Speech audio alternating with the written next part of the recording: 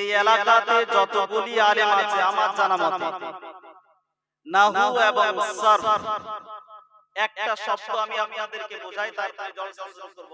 আইনুন, আইয়ানুন, আইনুন শব্দটার আরবি মানে হয় ৭০টা। ডিকশনারি যদি খুলে দেখেন একটা মানে নেই, কটা হয় বললাম? আর কটা বললাম না? ৭০টি মানে হয়। জলসা সবাই কানে হাত দিয়ে করতে পারে, মানুষকে জলসা সবাই শোনাতে পারে, কিন্তু আরবি গ্রামারের দিক দিয়ে আমার মনে হয় এই এলাকার মধ্যে যোগ্য যদি কোনো ব্যক্তি থাকে আলেম হিসেবে, সেটা গর্ব করে আমি বলতে পারি ওটা আমার ভাই শাকির আখতার আলেম হিসেবে। অথচ আমরা গ্রামের মানুষ তাদেরকে সম্মান দিই না। নাহু সরফের প্রতিযোগিতায় হাওড়া জেলায় গিয়ে সেখানে ফার্স্ট হয়েছিল। আসল আলেম তাকেই চেনা যাবে যার নাহু এবং সরফ, ইংরেজিতে আমরা যেমন গ্রামার বলি, বাংলায় ব্যাকরণ, এই ব্যাকরণ সম্বন্ধে যার জ্ঞান নেই বাংলা ভাষা তার সঠিক করে বলার ক্ষমতাও হবে না। ইংলিশও তাই, আরবিও তাই। আমাদের মাদ্রাসায় যে কিতাব পড়ানো হয় জাবার জের পেশ, দুই জাবার দুই জের দুই পেশ, এগুলো লাগানো থাকে না। আসল মাওলানা সে যে এই নেড়া আরবি নিজে নিজের এতটা যোগ্যতা তৈরি করেছে যে এটা দুই জাবার হবে না, এক জাবার হবে, একটা পেশ হবে না, দুইটা পেশ হবে, এটা বলতে পারবে। এখানে জলসা করার নাম সে কিন্তু মাওলানা, আর মাওলানা নয়। কোরআন বুঝতে গেলে মোট 17টা সাবজেক্ট তাকে একদম সুন্দর করে ইয়াদ করতে হবে, 24টা ঘন্টা তার জন্য স্মরণে থাকে। যেমন আইনুন মানে হচ্ছে চোখ, আইনুন মানে হাঁটু, আইনুন মানে হচ্ছে ঝরনার পানি, আইনুন সাগরের ঢেউ। এইভাবে ৭০টা মানে আছে। আল্লাহ কোরআনে কোন মানেটা নিয়েছে আপনাকে আমাকে বুঝতে গেলে এই আরবি গ্রামার বুঝতে হবে। আমাদের এলাকাতে আমি শুধু আমার ভাইয়ের মিসাল দিলাম, অন্য কারোর জন্য নয়, আমি আমার ঘরেরটা মিসাল দিলাম যে নাহু এবং সরফ গ্রামারের দিক দিয়ে যদি কোনো ব্যক্তি একজন তাকে চ্যালেঞ্জ করে বললাম একজন মোকাবেলা করতে পারবে না। অথচ আপনারা বলুন কেউ কি তার দাম দেয়? আপনারা কেউ দাম দিবেন? কেউ জানেন না।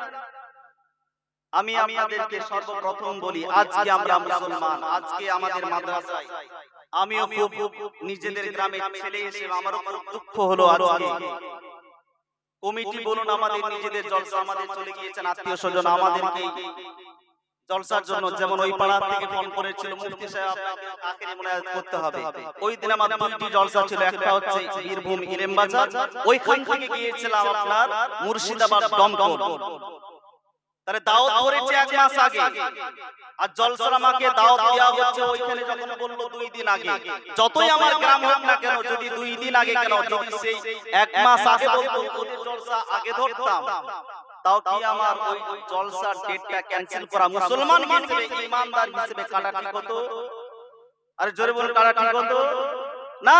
আমি অলরেডি 2টো জলসার দাওয়াত নিয়ে বসে আছি, সেই দিনে যদি 2 দিন আগে বলে, এরপরে যদি না আসি গ্রামের মানুষের দুঃখ করার কোনো অবকাশ নেই।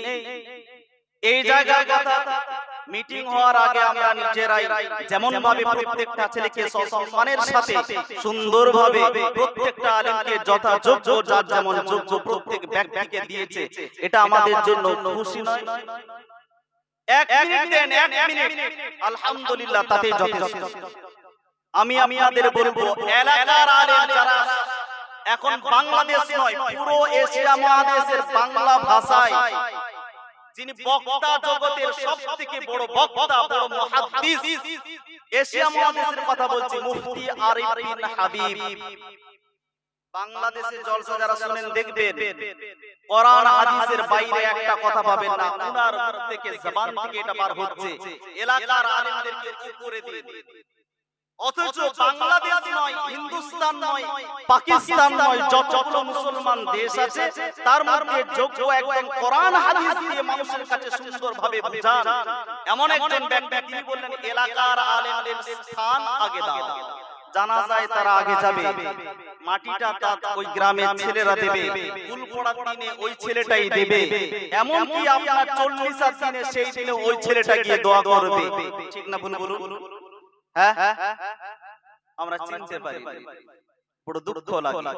কবরস্থানের জলসা আমি আমাদের গ্রামবাসীকে একটু ভালো করে বলতে চাই। এখানে আর বেশি রাত নয়, আপনাদেরকে কয়েকটা কথা বলে বিদায় নেব, যেহেতু আমিও আজকে খুব পেরেশান। যেটা বলতে গেলাম, সকাল থেকে নিয়ে আমাদের মাদ্রাসায় মিশকাত খতম হচ্ছিল, মিশকাত শুরু হলো, হাদিসের কিতাব ওয়াদা করে দিয়েছিলাম সকালে আসবো, কাজ আমরাই করব আমাদের গ্রামের জলসা। কেউ বলছে মুফতি সাহেব এখন তুমি যাচ্ছ না, তোমার জলসা তো ওই সময়, তুমিও স্টেজে কেন বসছো? জলসা কাদের? আমাদের নয়? হ্যাঁ, তাহলে আমি যদি বলি ওখানে আমি বক্তব্য দিতে যাই, ওখানের মতো আমিও নিজের ওয়াইড থেকে একদম যখন ডাকবে আমার টাইমে যাব, এটা কি ঠিক হবে?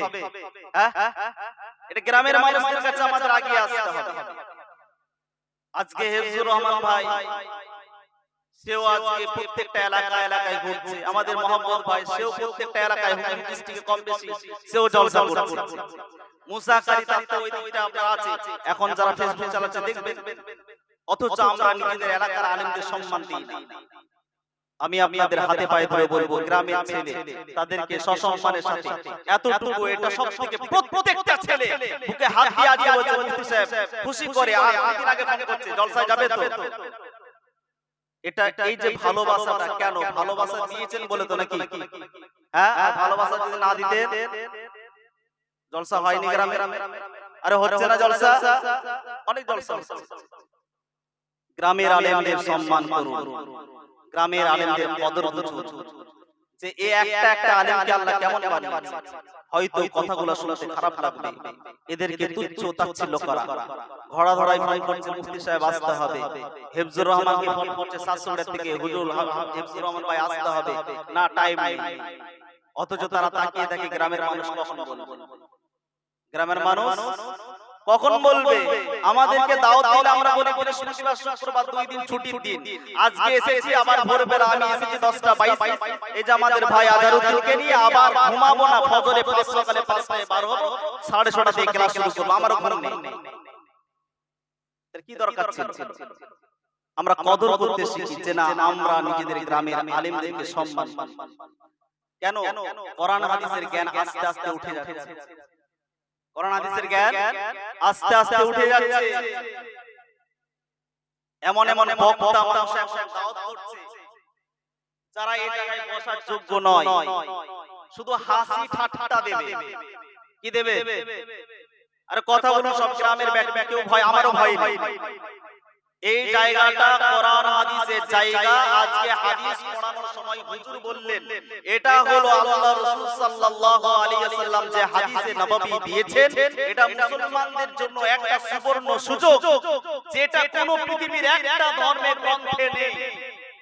একটা নিকৃষ্ট প্রাণী কুকুর মারা যাচ্ছে, এটাও ইসলাম আল্লাহর রাসূল বলছে এই কুকুরটার সাথে কি ব্যবহার করতে হবে, কওয়ার পরে পানি দেবে কি দেবে না, এটাও ইসলাম আপনাকে আমাকে শিক্ষা দিচ্ছে। একটা প্রাণী যদি মারা যায় তাকেও তোমরা পানি পান করাও, জোরে বলুন সুবহানাল্লাহ।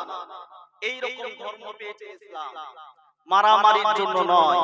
ইসলাম হচ্ছে শান্তির ধর্ম, নিজেদের মধ্যে বিভাদ ফাটাল সৃষ্টি করবেন না। আল্লাহর রাসূল মক্কা থেকে ছেড়ে চলে গেলেন, মদিনায় চলে গিয়েছেন, রাসূলকে ঘর ছাড়া করে দেওয়া হলো। তারপরে রাসূল যখন মক্কায় আসলেন, আল্লাহর রাসূলের সাহাবারা বলেছিলেন, হুজুর আমাদের দল ভারী, এখন যারা আপনার প্রতি এই রকম ভাবে অত্যাচার করেছিল তাদের প্রতি একটু বিচার নেওয়া হোক। আল্লাহর রাসূল বলেছেন, না, এদের প্রতি দয়া করো। কি করো? এটা হলো ইসলাম। আপনাকে মারছে বলে আপনি তাকে ঘুরিয়ে মারবেন না, গালি দিচ্ছে বলে গালি দিবেন না। কেন? আল্লাহ বলছে ইন্নাল্লাহা মা'আস সাবিরিন। কলকাতার যে বই মেলা হলো, ইতিহাসগুলো একটু ভালো করে পড়ুন। এই কলকাতার বই মেলায় সবথেকে বই যেটা বিক্রি হয়েছে কোরআনের তরজমা, কোরআনের বাংলা অনুবাদ। আজকে একজন আমাদের এত বড় দক্ষিণা গ্রামের একজন ব্যক্তি বলুন যে আমি একটা কোরআনের অনুবাদ বাড়িতে কিনে রেখেছি, সেটা পড়ি প্রত্যেকদিন। একজন ব্যক্তি হাত তুলে দেখান, কেউ পড়েন? একজনও নেই। পড়ছে কারা? বিক্রি হচ্ছে তো পড়ছে কারা? ধর্ম আপনার, আপনাকে আল্লাহকে পেতে গেলে একটু নিজের ধর্মগ্রন্থটা যে আল্লাহর কাছে যাব, আব্বা মায়ের জন্য কিভাবে দোয়া করব, আমি একটু সূরা ফাতিহা পড়ি, একটা হলো তো নেকি পাবো না? পাবেন না? হ্যাঁ, আরে কথা বলেন, পাবেন না? এই যে কোরআন হাদিস উঠে যাচ্ছে, সহিহ বুখারী খণ্ড নাম্বার 1, পারা নাম্বার 1, পৃষ্ঠা নাম্বার 14, হাদিস নাম্বার 100। এই হাদিসটি আপনি আবার মিশকাতুল মাসাবি, যেই কিতাবটাকে এখন বর্তমান যুগে নয়, আজ থেকে প্রায় 1000 বছর আগে বলছেন মুসান্নিফ আলাইহির রহমারা যে এই কিতাবটা এতটাই গ্রহণযোগ্য কিতাব মুসলমানদের কাছে, কোন মাওলানা যখন মাওলানা হতে যাবে বুখারী ডাইরেক্ট পড়তে পারবে না, আগে থেকে মিশকাত করতে হবে।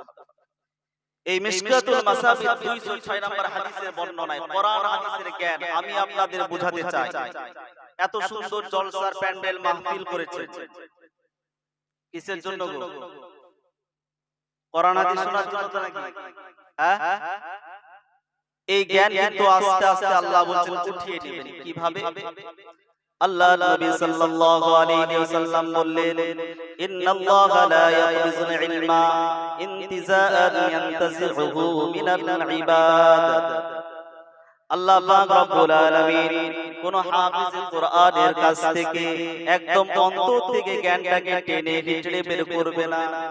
যে হাফিজ সাহেবের অন্তরে কোরআন আছে টেনে বের করে নেবে না, ওয়ালাকিন ইয়াকবিজুল ইলমা বিকবজিল উলামা। একটা একটা আলেমকে আল্লাহ দুনিয়া থেকে উঠিয়ে নেবেন, এর মাধ্যমে দুনিয়া থেকে কোরআনের জ্ঞান উঠে যাবে। একটা মিসাল দিলে বুঝি, মাওলানা জাকির সাহেব দুনিয়া থেকে বিদায় নিয়ে চলে গিয়েছে। আপনারা বলুন ওনার মধ্যে যে জ্ঞানটা ছিল, আমাদের দগিড়ার আলেম নয়, যতগুলো মানুষ আছে একজন বলতে পারবে যে ওনার মতো জ্ঞান আমার ছিল বা এখনো পর্যন্ত আছে? মাওলানা নয়, যারা আমরা আম জনসাধারণ বলতে পারবে? তার মানে বোঝা গেল যে জায়গাটা উনি কভার করতেন সেই জায়গার জ্ঞান আর রইল না। কোরআন এইভাবে ডাইরেক্ট দেবে না, কোরআনকে জ্বালিয়ে পুড়িয়ে শেষ করে দেওয়া হবে না। এই যে বান্দাটা বেঁচে ছিল, এর কাছে কোরআন হাদিস এতগুলো ছিল, সব শেষ। আলেম উঠে যাওয়া মানে পীর আবু বকর সিদ্দিক রাহিমাহুল্লাহ দুনিয়া থেকে চলে গেছেন। ওনার মতো তাসাউফের জ্ঞান এখন বর্তমান কোন আলেমের আছে? আরে বলুন না, আছে? হ্যাঁ, ওনারা নাকি টাকা দেখলে বলে দিতে কোনটা হারাম কোনটা হালাল। আর এখন বর্তমান আলেমদেরকে সারা জিন্দেগি যদি দেন, ওনারা ঘেটে ঘুটে একটা টাকা কো করতে পারে, সব সব হারাম কো বলবে হালাল। ঠিক বলছি না? আল্লাহ নবী বললেন, ইন্নাল্লাহা লা ইয়াকবিজুল ইলমা ইনতিজাআন ইয়ানতাজিউহু মিনাল ইবাদ ওয়ালাকিন ইয়াকবিজুল ইলমা বিকবজিল উলামা। আস্তে আস্তে দুনিয়া থেকে আলেম চলে যাওয়া মানে বুঝবে কোরআন হাদিস দুনিয়া থেকে চলে যাচ্ছে। রাসূল যদি দুনিয়াতে থাকতেন, আপনারা বলুন আরো তো রাসূল হাদিস শোনাতেন না? শোনাতেন না? আবু বকর সিদ্দিক রাদিয়াল্লাহু তাআলা আনহু যদি দুনিয়াতে থাকতেন, হাদিস শোনাতেন কি শোনাতেন না? শোনাতেন। এইরকম আলেমরা দুনিয়া থেকে চলে যাওয়া মানে বুঝে নিতে হবে যে আস্তে আস্তে এরপরে আমাদের ধর্ম, আমাদের দ্বীন, আমাদের যতটুকু জ্ঞান ছিল, যখনই আমাদের জ্ঞানের আলো ব্যক্তিগুলো চলে যাবে, আমাদের ধর্ম আস্তে আস্তে বন্ধ হবে। এদেরকে জারি রাখতে গেলে আলেমদেরকে জিন্দা রাখতে হবে, আলেমকে জিন্দা রাখতে গেলে আলেমের সম্মান করতে হবে। আল্লাহ রাসূল বললেন, এমন একটা পরিস্থিতি আসবে সে সময়ে মানুষ কি করবে? কয়েকটা কথা একটু মনোযোগ সহকারে শুনবেন। আল্লাহ রাসূল বললেন, ওই সময় ইত্তাখাযুন নাস রুসুসান জুহাল ফাসুইলু ফাফাউ বিগাইরি ইলমিন ফাদাল্লু ওয়া আদাল্লু। দেখুন, এটা পুরো এই বর্তমান সময়ের সাথে পুরোটাই মিলে যাচ্ছে। বলছে সে সময়ে দেখবে গ্রামের জনসাধারণ মানুষেরা মসজিদের ইমাম নেতা কাকে বানাবে? জুহাল শব্দ বলেছে, একটা মসজিদের ইমাম না। জুহাল মানে বহু বচন দিলেন, যাদের মধ্যে ইলমের যোগ্যতা কম হবে, এইরকম ব্যক্তিদেরকে ইমাম বানানো হবে। তারপরে রাসূল বলেন ফাসুইলু, কোন মাসলা মাসাইলের ব্যাপারে ওনার কাছে যখন যে জিজ্ঞাসা করা হবে, হুজুর এই মাসলাটা কি হবে, তো ওই ব্যক্তি নিজের বড়ত্ব বয়ান করতে গিয়ে আমি গ্রামের ইমাম, আমি গ্রামের আলেম, আমার মর্যাদাকে টিকিয়ে রাখার জন্য রাসূল বলেন ফাদাউ বিগাইরি ইলমিন ফাদাল্লু ওয়া আদাল্লু, চোখ বন্ধ করে ফতোয়া দেবে, এমন একটা ফতোয়া যেটা কোরআন হাদিসের কোথাও নেই। রাসূল বলেন ফাদাল্লু ওয়া আদাল্লু, সেও গোমরাহ হবে, সকলকে গোমরাহ করে দেবে। সমাজে এরকম হচ্ছে না? আজকে তালাকের নিয়ে মাসলা এমন, এখন মুফতি হওয়ার পর বুঝতে পারছি যে কেমন হচ্ছে। মাওলানারাই তো টাকা খাচ্ছে, আমলোকে খাচ্ছে কি? বিয়ে যা 3 তালাক হয়ে গেছে তারপর বিয়ে পড়িয়ে দিয়েছে। তার মানে বুঝে নিতে হবে ওইগুলো হচ্ছে ওই রকম মাওলানা, ওই রকম মুফতি যারা ফতোয়া জানে না, না জেনে মানুষের কাছে আমি মুফতি, আমার সম্মানটা কমে যাবে, আমি এই ফতোয়াটা না দিলে আমাকে মানুষ খারাপ বলবে, যা আসবে তাই। ওই 3 তালাক দিয়েছো কোনো অসুবিধা নেই, তুমি এক জায়গায় দাঁড়িয়ে দাঁড়িয়ে দিয়েছো, তোমার একটাই তালাক হবে, নতুন করে বিয়ে পড়িয়ে দিয়েছে। সমাজ শেষ। আল্লাহ পাক রব্বুল আলামিন আমাদের সকলকে যেন, আমার বলার উদ্দেশ্য এই জায়গায় যাকে আমরা নিয়ে আসবো, যার মুখ থেকে শুনবো হাসি ঠাট্টার জন্য নয়। এখন অনেকেই দেখবে অনেক বক্তা নিয়ে আসে হাসি ঠাট্টা করার জন্য। একটা হাদিসের মিসাল শুনুন, আমার কথা নয়, 1400-1450 বছর আগে আল্লাহ রাসূল বলেছেন, মানুষ আপনারা আমাদের কাছে শুনতে এসেছেন, আপনাদেরকে হাসি করা কেন দেব? সহিহ বুখারীর 5021 নম্বর হাদিস যদি পড়েন, আল্লাহ রাসূল বলেন, ইয়া উম্মাতা মুহাম্মাদিন লাউ তা'লামুনা মা আ'লামু লা যাহিকতুম কালিলা ওয়া লা বাকাইতুম কাসীরা। তোমরা যদি জানতে আমি নবী যেটা জানি, তা তোমরা হাসতে কম, কাঁদতে বেশি। এখন বক্তারা যদি না হাসায় আমাদের ভালো লাগবে না, ঘুম চলে আসে। আর যখনই হাসির ফরাক দিবে বলবে এই বক্তাটাকে প্রত্যেক বছর নিয়ে আসো, চাই সে আলেম হোক, চাই সে জালেম হোক, আলেম না হোক আমার দরকার নেই, বাজারে ভাইরাই তাকে নিয়ে আসবে। এই রকম বক্তা থেকে আল্লাহ আমাদের হেফাজত করুন, বলুন আল্লাহুম্মা আমিন। কেন বললাম? একটা প্রমাণ শুনুন, জামি তিরমিজি হাদিস নাম্বার 2315। কেমন বক্তা নিয়ে আসবেন, কার মুখ থেকে কথা শুনবেন? রাসূল হাদিসের মধ্যে সব বলে দিয়েছেন। এমনটাও রাসূল বলেছেন, একজন ইহুদি ধর্মের মানুষ আল্লাহর রাসূলের জন্য বললেন, হে রাসূলের সাহাবা, তোমাদেরকে মুহাম্মদ পেশাব করার তরিকা বলে দিয়েছে, কেমন করে পেশাব করতে হবে। আল্লাহর রাসূলের সাহাবা, আবু দাউদের 2য় পৃষ্ঠায় এই হাদিসটি 1ম নাম্বার লাইনে আছে। কি বললেন? এই শুনো, আমার নবী ওই রকম নবী নয়, আমার নবী পেশাব করার তরিকা নয়, পেশাব করার পর যে কুলুপ নিতে হয়, গ্রীষ্মকালে কেমন করে কুলুপ টানতে হবে, আর শীতের মৌসুমে কোন দিক থেকে কুলুপটা নিতে হবে, এটাও রাসূল শিখিয়ে দিয়েছেন। জোরে বলুন না সুবহানাল্লাহ। কেমন ধর্ম পেয়েছেন? রাসূল বললেন 1400 বছর আগে এই যে পানির গ্লাসে পানি পান করবেন, এই পানির গ্লাসে এখন ডাক্তারও যেটা বলছে, রাসূল 1400 বছর আগে বলে গিয়েছে কি, যে পানি যখন পান করবে এতে নিঃশ্বাস ছাড়বে না, জীবাণু যেতে পারে। আল্লাহর রাসূল বললেন, আল্লাহ বলেন ওমা ইয়ানতিকু আনিল হাওয়া, আল্লাহ পাক আল্লাহর রাসূল কোনদিন মন গড়া কথা বলে না, যা কিছু বলে ওহীর মাধ্যমে বলে। তা রাসূল 1400 বছর আগে বলেছেন পানি পান করবে আমার উম্মত, ডান হাতে পান করো, এখানে তুমি পাত্রের মধ্যে কোনো নিঃশ্বাস তোমার যেন এই জায়গাতে না আসে, এটাও রাসূল শিখিয়েছেন। কোন হাতে খাবেন, কেমন কোন আঙ্গুল দিয়ে খাবেন, যখন আপনি একদম পায়খানা থেকে পরিষ্কার করে জল ছলছ করবেন কয়টা আঙ্গুল দিয়ে করবেন, এটাও রাসূল ধর্মের মধ্যে আপনাকে আমাকে শিক্ষা দিয়েছে। আমরা জলসার মাহফিলে বসি, শুধুমাত্র একবার তাকবীর দিয়ে ঘর চলে যাই, কি নিলে কিছুই নিলাম না, কি দিলে কিছুই দেই। এরকম জলসা আমরা যেন না শুনি।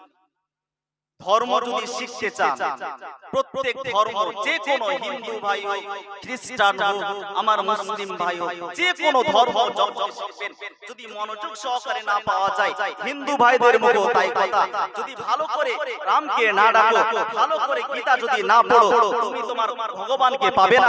ঠিক ইসলাম ধর্ম আমার নবী ওটাই শিক্ষা দিয়েছে, যদি রবের কাছে ভালোভাবে না নত হও, তুমি তোমার রবকে খুঁজে পাবে না।